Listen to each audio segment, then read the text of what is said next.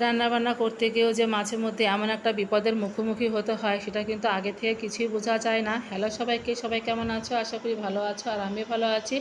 এখন থেকে ব্লগটা শুরু করছি, আশা করি পুরো ব্লগটা আমার সাথে থাকবে। আর একটা কিন্তু নতুন ভিডিও নিয়ে আসছি, তোমরা পুরোটা দেখলে অবশ্যই বুঝতে পারবে।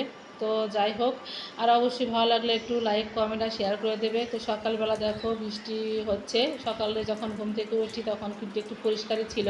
তো হঠাৎ করে কাজকর্ম সারার পরে দেখি বৃষ্টি নামা শুরু হয়েছে। তো ভাবলাম যে একটুখানি চা করে খাই, এই বৃষ্টির মধ্যে যদি একটু লাল চা খাওয়া যায় তাহলে কিন্তু বেশ ভালো লাগে। তো একটুখানি গ্যাসে লাল চা বসিয়ে দিলাম, তো এর মধ্যে কিন্তু আবার কারেন্টটাও চলে গিয়েছিলো। তো যাই হোক, আবার চলে যাওয়ার পর আবার আসছেও একটু পর। তো এদিকে আমি তো চাটা করে নিয়ে একটু খেয়ে নিচ্ছিলাম। একটা নতুন বিস্কুটের প্যাকেট নিয়ে আসছে, আজকে ফার্স্ট টাইম আনছে। তো ভাবলাম যে এই বিস্কুটটা দিয়ে খাবো। তো চাটা খেয়ে এখন আমি তো মগগুলো ভালো করে ধুয়ে পরিষ্কার করে নিচ্ছিলাম। তো চাটা খাওয়ার পর এগুলো পরিষ্কার করার পর আবার কিছুক্ষণ পর কিন্তু সবাই সকালে খাবার দাবারও করে নিয়েছি। তো সকালে খাবার দাবার করার পরও আবার একটু দুপুরে রান্নাবান্না কী করব সেটাই গুছিয়ে নিচ্ছিলাম। তো যেহেতু দুদিন আগে বাবার বাড়িতে গিয়েছিলাম, তোমরা যারা আমার ভিডিও দেখেছো অবশ্যই দেখেছো। তো বাবার বাড়ি থেকে তো মিষ্টি কুমড়োর ডগা নিয়ে এসেছিলাম আর একটা কাঁঠাল নিয়ে আসছিলাম রান্না করার জন্য। তো যেহেতু একটু পাকা পাকা হয়েছে, পাকা বলতে একটু একটু হলুদ হয়েছে, তেমন পাকেনি। তো ভাবলাম যে আজকে রান্না করে খাবো। আর এরকম আদা মানে একটু রং হওয়া কাঁঠাল খেতে বেশ ভালো লাগে। তো ভাবলাম যে আজকে এই কাঁঠালটাই রান্না করব। হয়তো বাবার বাড়ির কাঁঠাল এবছরে এটাই কাঁচা কাঁঠাল হয়তো মানে শেষ, আর খাওয়া হবে না, যেহেতু এখন কাঁঠাল শুধু পাকবেই। তো সব কিছু কেটে কুটে গুছিয়ে নিয়ে একটুখানি আদা জিরা ধনিয়া বাটা করে নিয়েছি, একটু মরিচের গুঁড়া, একদম একবারে মানে সব রেডি করে নিয়েছি যাতে করে আর সমস্যা না হয়।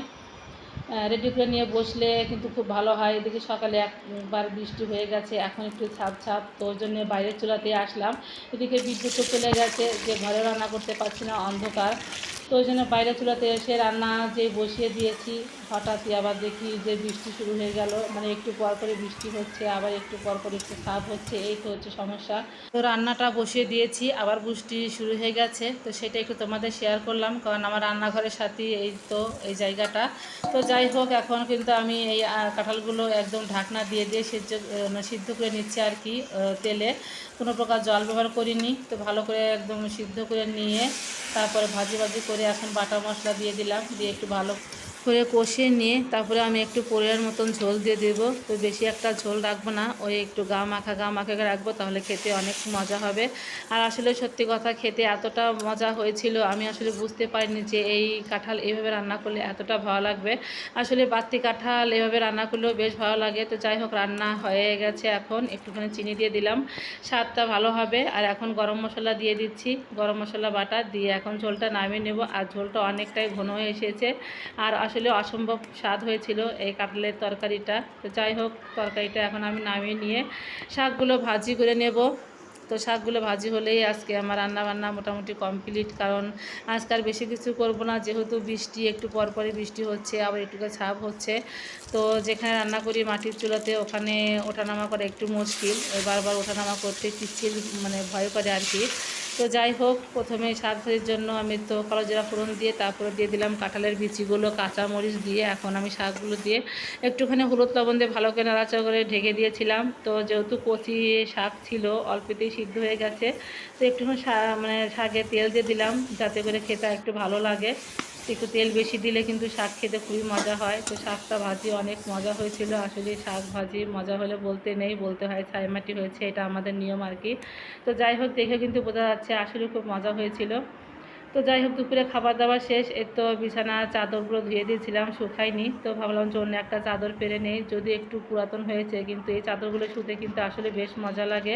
যদিও বৃষ্টি হচ্ছে কিন্তু গরমটা একদমই কমেনি। তো যাই হোক, বিকেলে চাদরটা পাড়ার পর আবার ওর বাবা দেখি যে এই তো ভুট্টা ভাজা। আসলে আমরা তো আগে বলতাম ভুট্টা ভাজা, আর এখন বলে পপকর্ন ভাজা। তো যাই হোক, যুগের সাথে সব কিছু নাম পরিবর্তন হচ্ছে আর কি। তো সেটাই বাটিতে ঢেলে নিচ্ছিলাম, সবাই মিলে একটু খাওয়া যাবে। এদিকে হালকা একটু বৃষ্টি হচ্ছে।